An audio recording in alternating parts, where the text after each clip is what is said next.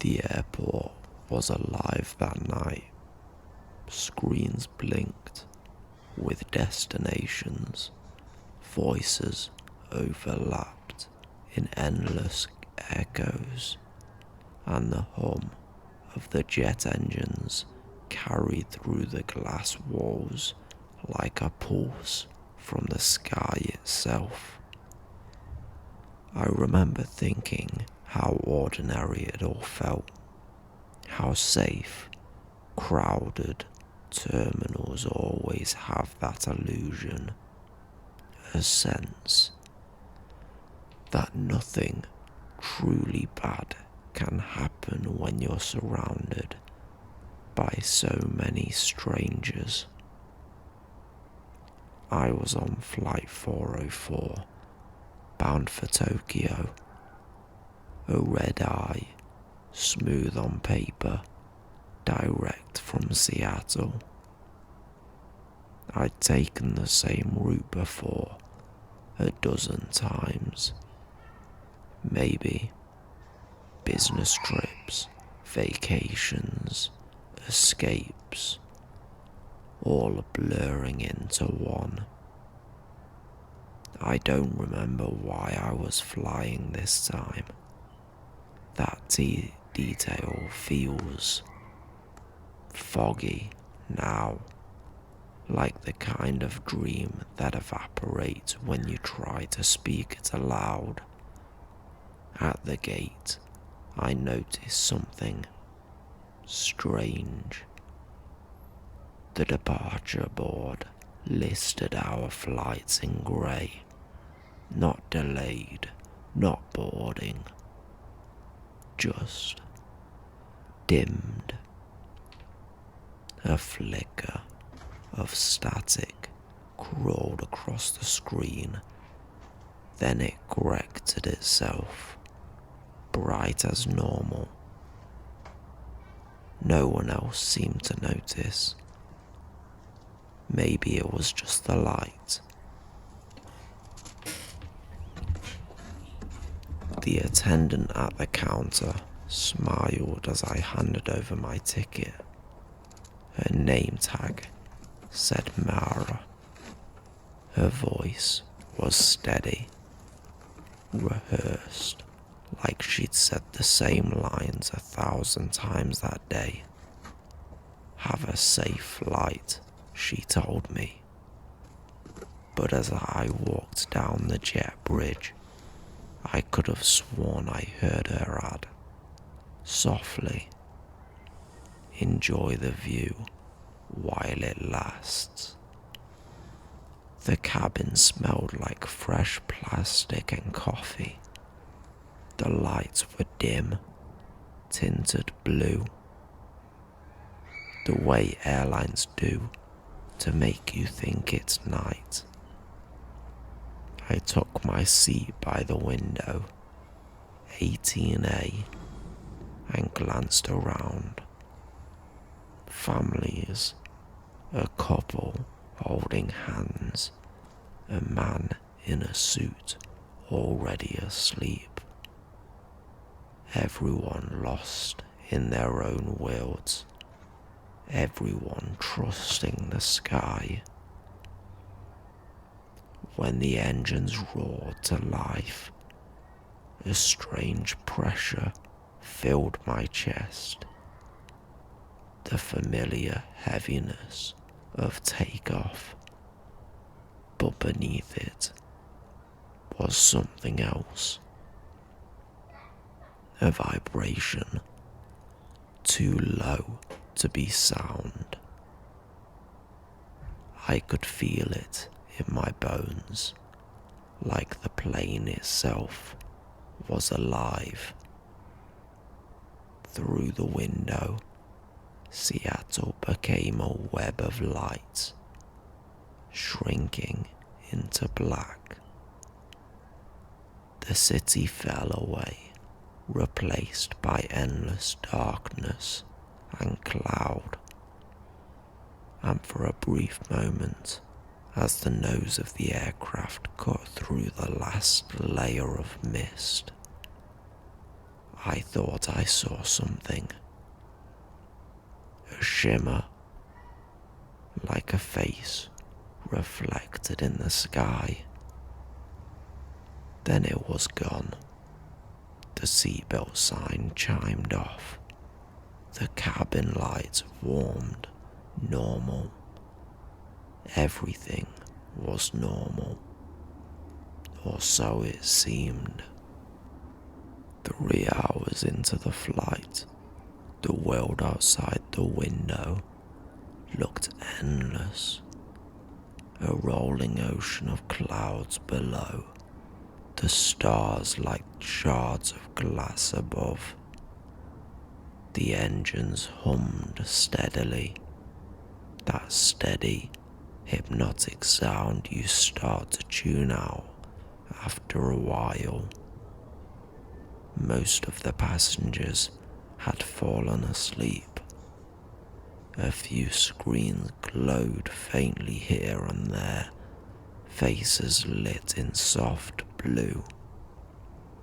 I couldn't sleep. I don't know why. There was a stillness in the air, too still. Not the quiet of peace, but of waiting. I checked the flight tracker on the seat screen. Our position marker blinked somewhere over the Pacific, halfway between continents. The altitude read 35,000 feet. The speed 528 knots. Everything appeared normal, except the small clock at the corner of the screen. 3:04 a.m. The numbers didn't move. I tried adjusting brightness, pressing the screen. Nothing. Just frozen in time. A soft voice broke the silence. "Would you like something to drink?" It was one of the flight attendants, a young woman with dark hair, pulled into a perfect bun. Her smile didn't quite reach her eyes. Her name tag, I noticed, said Mara, the same name as the gate attendant. "I thought you were," I started to say. But she tilted her head slightly, still smiling. "I've been here the whole time," she said.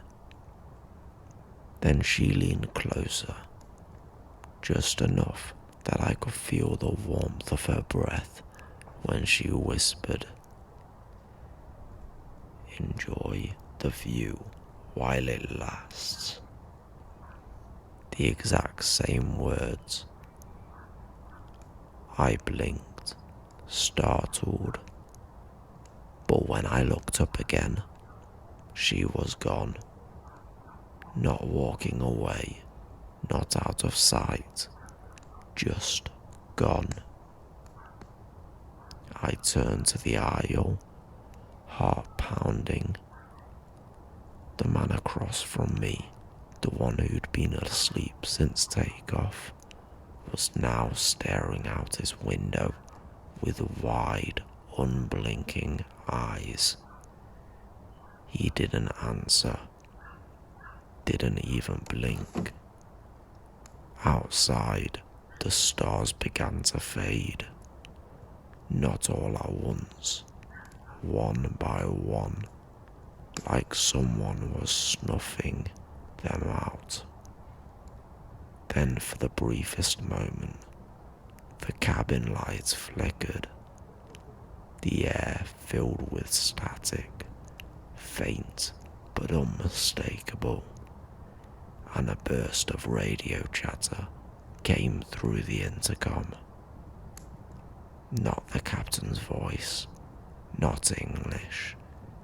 It sounded like numbers, coordinates maybe, repeating over and over, distorted through layers of noise, and underneath it, a whisper, so faint I almost missed it. Do not look outside. I should have listened, but I didn't.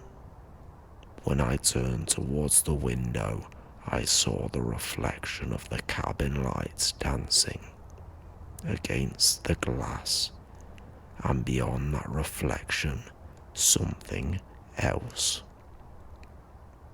A face pressed against the other side of the window, smiling. I didn't scream. I couldn't. The moment I saw that face on the other side of the glass, my voice just stopped. It wasn't human. The shape of it was almost right. Eyes, nose, mouth. But it was too close, too perfect, like it was wearing someone's skin that didn't fit quite right. Its smile stretched wider as the plane trembled, and for a heartbeat, I thought the window might crack. Then, nothing. The reflection was gone. The hum of the engine steadied again, as if it had happened. I looked around. No one else reacted. The couple across the aisle were still asleep, their hands still clasped. The flight attendants were nowhere to be seen. Even the soft blue light of the cabin felt unreal, too bright, too even. I checked the time again. 3:04 a.m. Still frozen. I stood up, ignoring the seatbelt light that had quietly turned back on. A few rows ahead, a man was whispering to himself, hands shaking. I couldn't hear the words, just a rhythm, like counting. 1, 2, 3, 4, then over again. When I passed him, he stopped abruptly and looked up at me. His eyes were bloodshot, his pupils too large. She keeps walking by, he said. Who? I asked. The one with the smile. She's not real. Before I could answer, the cabin lights flickered. Not a brief surge this time, but a long, dragging dimming of the world. The hum of the engines faltered. The passengers didn't stir. They stayed perfectly still, as if something had pressed pause on all of them. And then silence. Complete, absolute silence. The lights went out. For a moment, the only sound was my heartbeat, loud and uneven.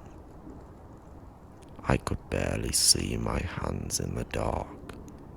Then, from the front of the cabin, a faint orange glow appeared. The cockpit door slightly ajar. A voice whispered through the intercom, not static this time. A man's voice, calm, composed. familiar. Ladies and gentlemen, this is your captain speaking. We are beginning our descent. But the tone was wrong. Too soft, too steady. We were still over open ocean. I could see it faintly through the slats of the window. Shades. A dark void where water should have been, and yet I could feel the plane descending. The floor tilted slightly beneath my feet. Gravity shifted. A softer wind began to blow through the cabin, but there was no open vents, no broken windows, just that slow, cold air rising from below, carrying it a faint smell of salt and something else, something rotting. The whispering started again, not from one person, but from every direction. Dozens of voices, quiet, pleading, familiar, and among them, one phrase, over and over, circling the air like a prayer gone wrong. Turn back, turn back, turn back. I stumbled towards the cockpit door. As I reached for the handle, the captain's voice returned, low and warped through the speakers. Airliner 404 has reached its destination. The door creaked open on its own. Inside, the cockpit was empty. Every instrument was dead. No lights, no readings, except for the Ultima, which was spinning slowly backwards. The cockpit smelled like cold metal and static. Every surface hummed faintly as though instruments were alive, whispering beneath their silence. I took a step inside, the soles of my shoes sticking slightly to the floor. A thin residue, like oil or blood, clung to the metal panels, glistening under the faint orange glow from outside. Outside wasn't the sky anymore. The clouds below had thinned, revealing an endless expanse of darkness. Not water, not land, just black, textured nothingness, like the world had been erased and we were gliding over the edge of it. The Ultima still spun, counterclockwise, slower and slower, as if time itself was bleeding out. I reached for the radio panel. The knobs were cold, slick. When I twisted the frequency dial, it crackled once, then hissed. And through that hiss, I heard it. A faint transmission. A voice repeating over and over, low and broken. Airliner 404. Do you copy? Do you copy? Mayday, Mayday. My heart froze. It was the same flight number. Our flight. I pressed the microphone switch. This is Airliner 404. I said, trying to steady my voice. We've lost contact. The moment I spoke, the radio screamed. Not static. Screaming. Human. Raw. I dropped the mic. The sound cut off instantly, leaving behind an echo that wasn't an echo at all. Somewhere in the cabin behind me, someone had started humming. It was soft, tuneless, but rhythmic. I turned around. The cockpit door was open again, and the light from the cabin was different now. Dimmer, reddish, like the emergency bulbs had switched on. When I stepped out, the aisle was empty. Every seat was vacant. Blankets neatly folded, trays up. No sign anyone had ever been there, except for one thing. At every seat, on every headrest, someone had carved numbers into the fabric. 404, 404, 404, 404, 404, over and over, row after row. The humming grew louder. It came from the back of the plane now. I moved towards it slowly, the floor vibrating beneath my feet.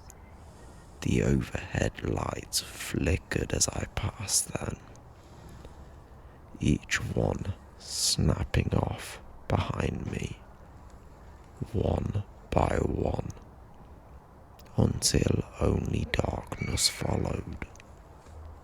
By the time I reached the rear galley, the humming had stopped. The curtain leading to the service area was half open.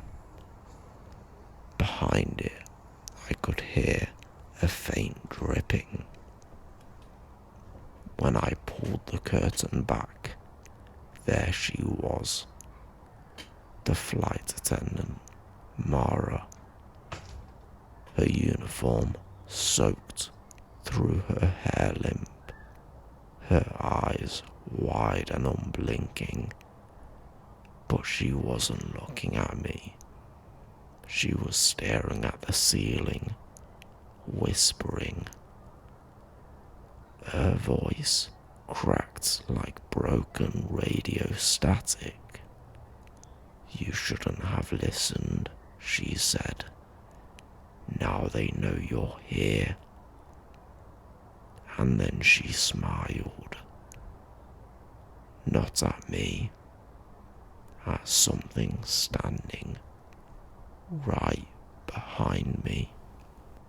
I didn't turn around right away. Some instinct, older than reason, told me not to. The air behind me had changed, thick and heavy, as though something enormous had just filled the space that wasn't there before. Every hair on my neck stood on end.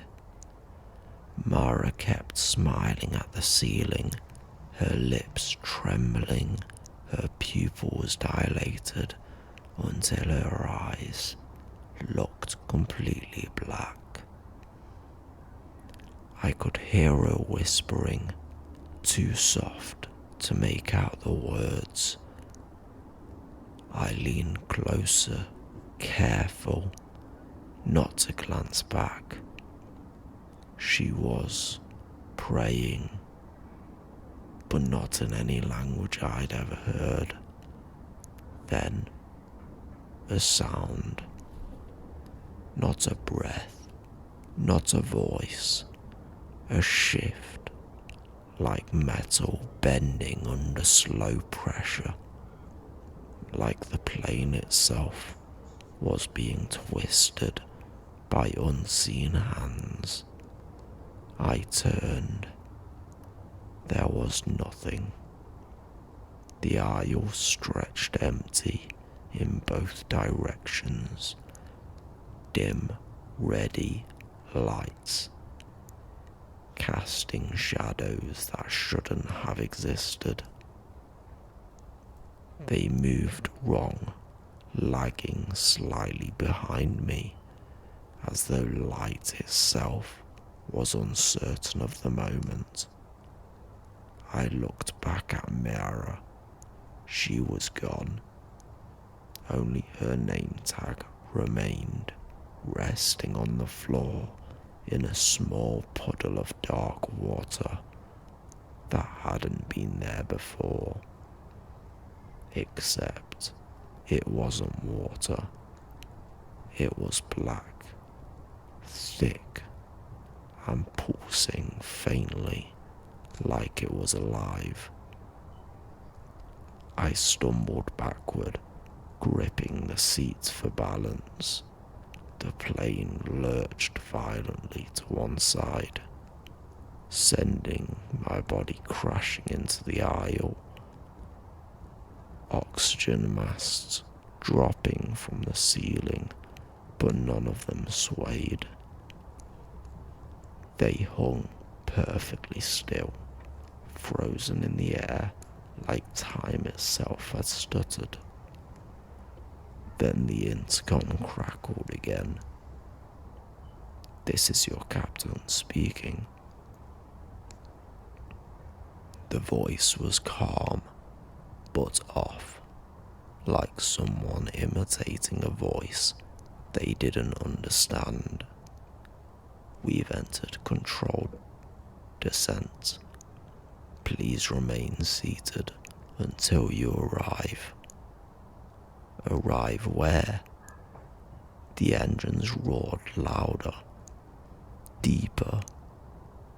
The sound no longer mechanical. It was animal, breathing through the fuselage, echoing through the walls like the heartbeat of something vast. The floor vibrated beneath me, harder with each second. At first, I thought I was looking at the ocean, but the texture was wrong. The blackness below us shimmered, rippling like skin beneath a slow pulse. Shapes moved under it, massive, slow, impossible. I pressed my hand to the glass and felt a warmth. The clouds weren't clouds anymore. They were veins. The captain's voice came again, softer this time, as if leaning closer to the microphone. Altitude negative. 4,000 feet. Negative. I stared at the instruments still glowing faintly through the cockpit door. The altimeter had stopped spinning backwards. It was frozen, minus 4,040 feet. Something flickered outside. Not lightning. Eyes, dozens of them, blinking open in the dark below us.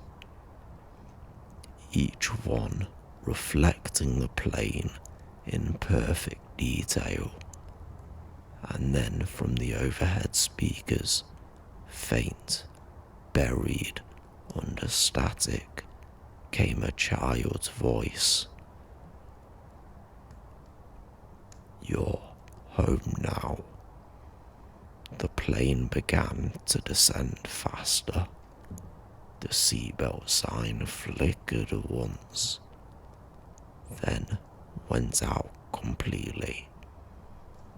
The lights dimmed until only the exit signs glowed, crimson and dark.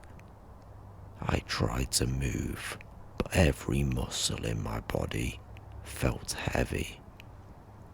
The cabin air grew thick, hard to breathe, and then, just before my vision went black, someone leaned close to my ear and whispered the words I will never forget.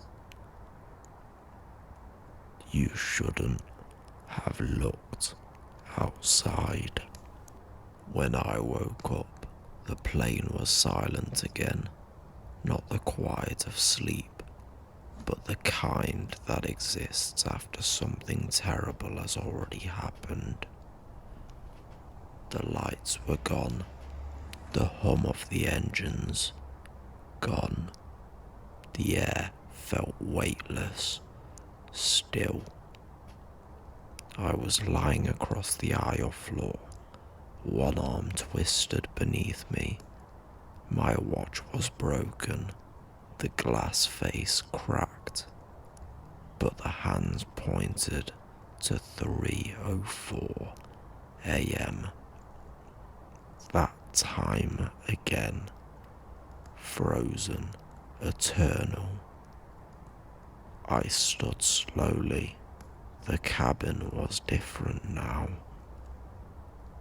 The rows of seats were uneven, some facing backwards, some missing entirely. The overhead bins were open, but instead of luggage, they were filled with papers, hundreds of them, fluttering faintly, though there was no wind. Each one was stamped with the same word: recovered. My heartbeat echoed in my head as I pulled one down. It wasn't paper, not really. It was thin plastic film, the kind used for black box data strips.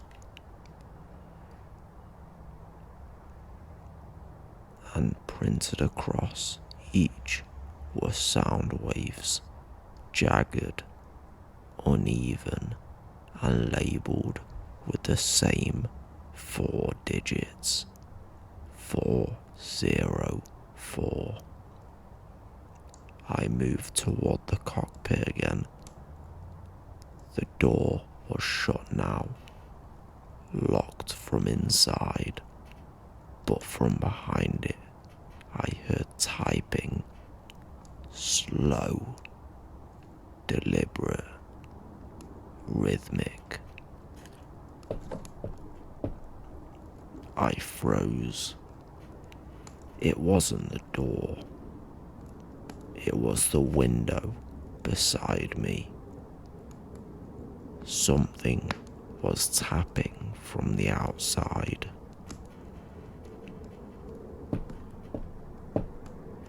I turned. There was no sky anymore, only darkness, thick and shifting. The window glowed, faintly, and for a second I thought I saw my own reflection staring back. But it wasn't me. It was smiling, and it mouthed the words before I could breathe them. Mayday, Mayday. Then the intercom crackled, louder than before, high-pitched, distorted,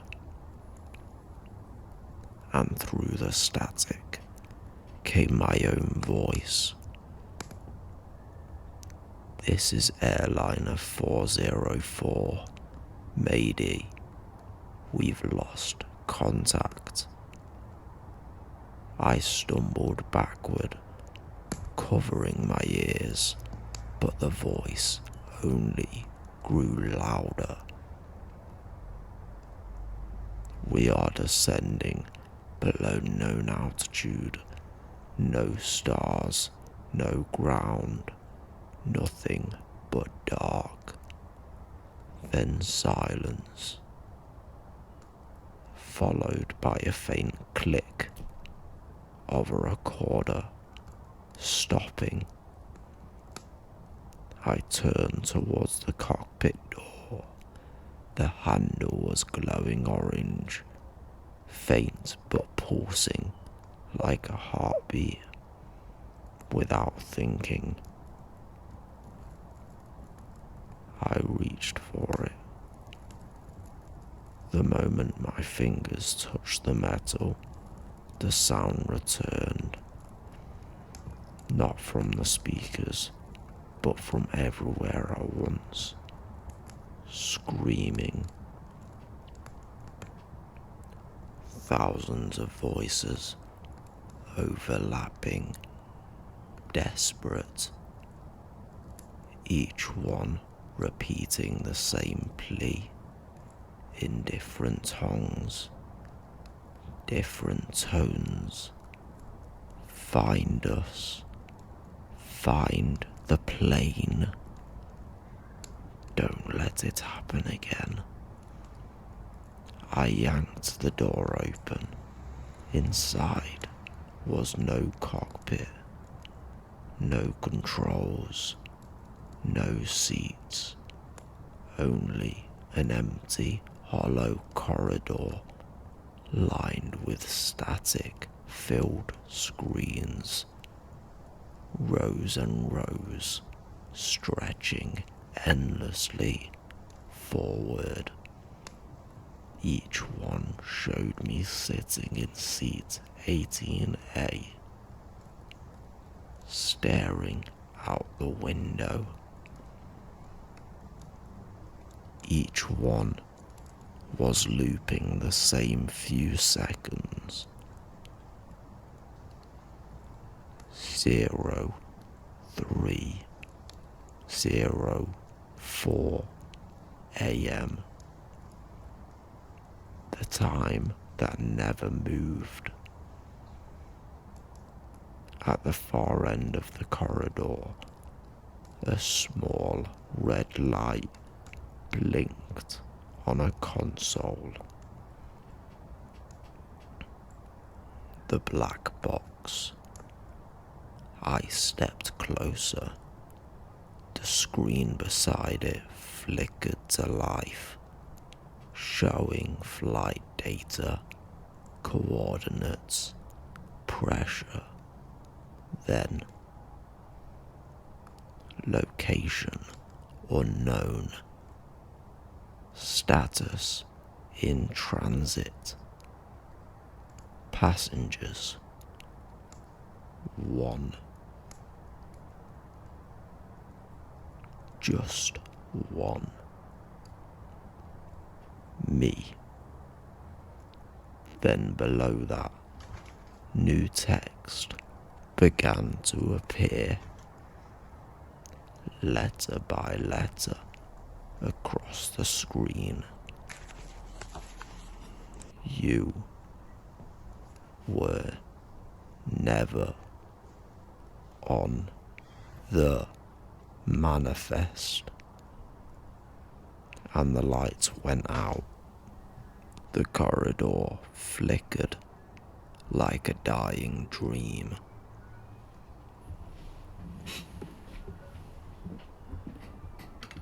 Every step I took echoed too long, like the walls were swallowing the sound and spitting it back half a second later. The screens buzzed quietly, looping the same image. Me in 18A, staring through the window into something I shouldn't have seen. I wanted to look away, but every monitor I passed changed on its own. In each, I was sitting a little differently. In one, my head was turned towards the aisle. In another, I was standing in the cockpit doorway. And in one, my reflection wasn't even human anymore. The plane creaked.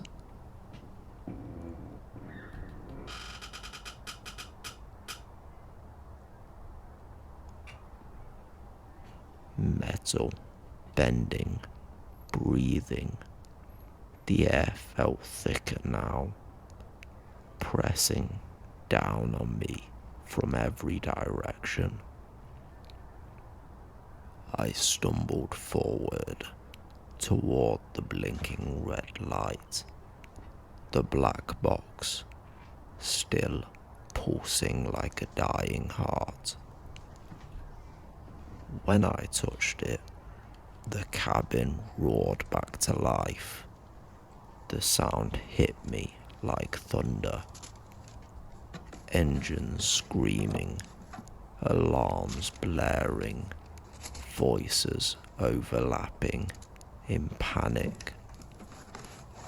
I could hear the captain shouting orders, the attendants running, people crying, but none of it matched what I'd seen in the empty plane. This was before everything went wrong. The black box wasn't playing sound, it was playing time. The voice of the captain cut through the chaos. Control, this is flight 404. We're losing altitude. Navigation is... No, that can't be right. We're below. Static swallowed him. Then a new voice came through, faint but distinct. A man on the ground, maybe from air traffic control. Flight 404, you're not on the radio. Say again. What's your position? And the captain, barely audible, replied, Unknown. We've lost the horizon.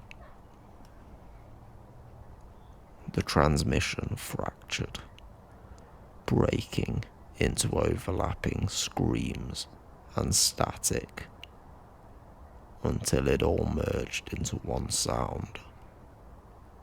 A pulse, steady, deep,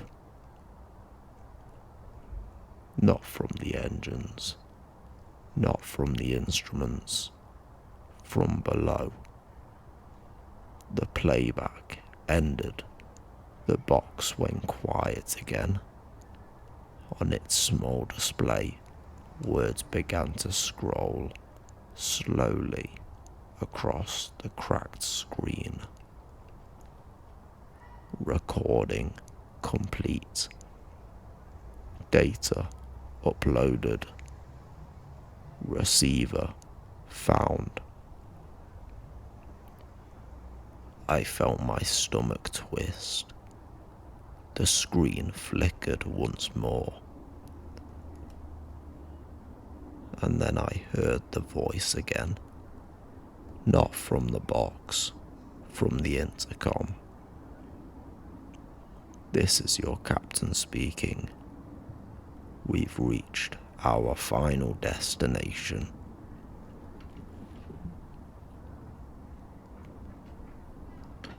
The plane groaned. The floor shifted beneath my feet. I ran toward the cockpit entrance, desperate for escape, but the corridor was gone. The screens had vanished.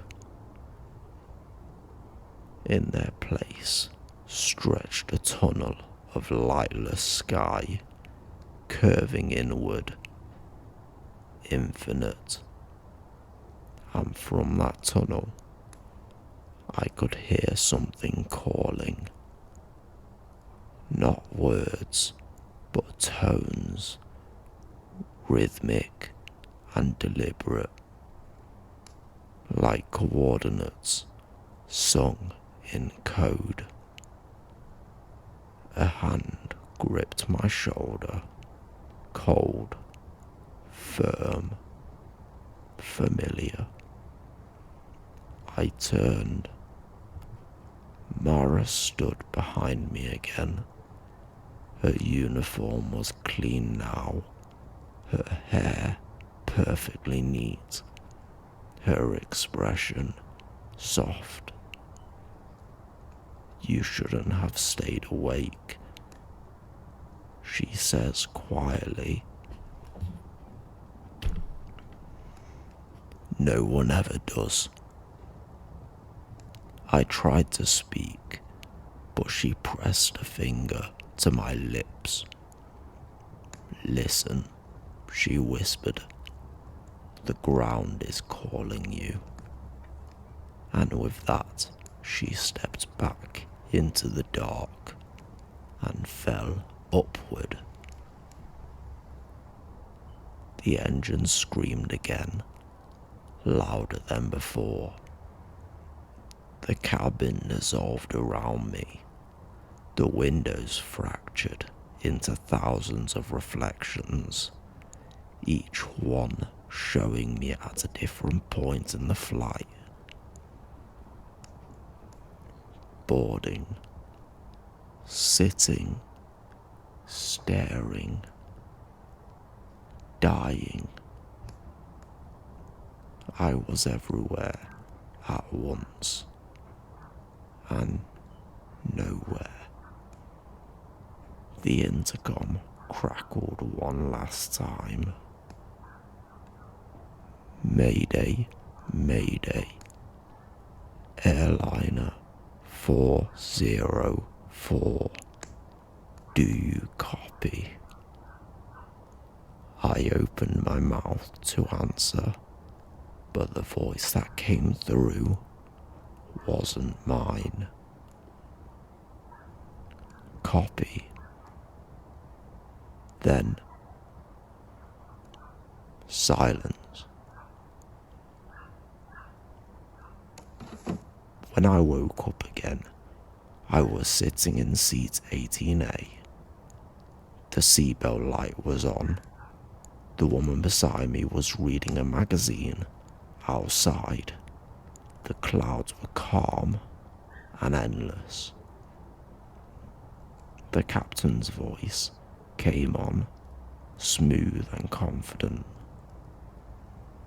Good evening, ladies and gentlemen. We'll be cruising at 35,000 feet tonight. I checked the in-flight screen.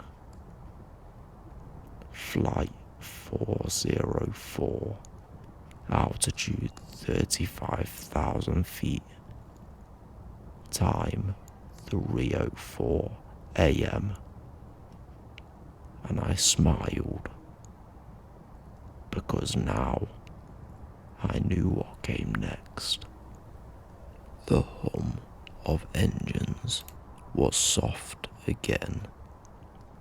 Too soft. I sat in 18A, hands folded, trying to convince myself it had all been a nightmare, that I'd simply fallen asleep somewhere between Seattle and Tokyo. But the clocks on the seat screen told me otherwise. 3:04 a.m. Still frozen. The woman beside me smiled politely as the flight attendant passed by. Mara, I whispered, testing the name. She turned her head just enough that I could see her eyes. Perfectly calm. Perfectly empty. Enjoying the view while it lasts, she said.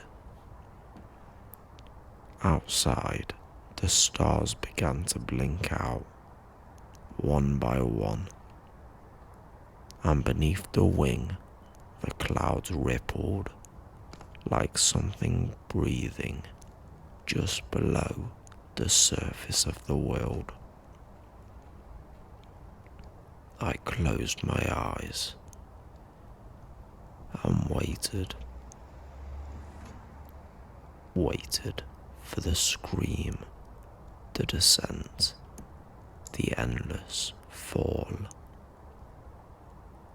But it didn't come. The intercom clicked once.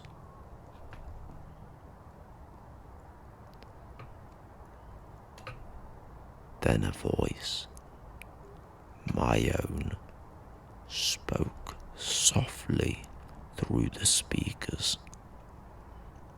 Ladies and gentlemen, we are arriving soon. When the plane finally landed, there was no announcement, no lights, just a gentle thud, like touching down on water. I unbuckled my seatbelt, stood and looked down the aisle. Every passenger was gone. Every seatbelt was empty.